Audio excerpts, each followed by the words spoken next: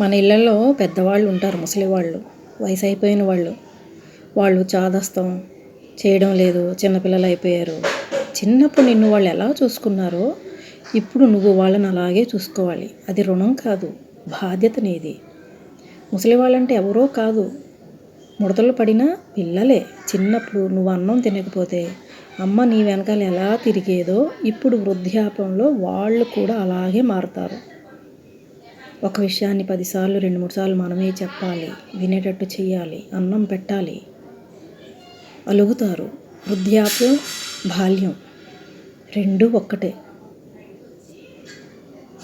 మనమేమో వయసులో ఉండి వాళ్ళు విసిగిస్తున్నారు, వాళ్ళకి చాకరీ చేసి పెట్టలేకపోతున్నాం, వాళ్ళకి చెప్పి విసుగు వస్తుంది అని మనం అనుకుంటాం. పెరిగితే ముసలితనం, బాల్యం రెండూ ఒక్కటే.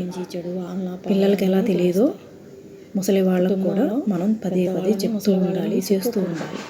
అది రుణం కాదు, బాధ్యత. ఎందుకంటే వాళ్ళని పెంచి పెద్ద చేసి వాళ్ళు ముసలితనంలోకి వెళ్ళారు. అర్థమైందా?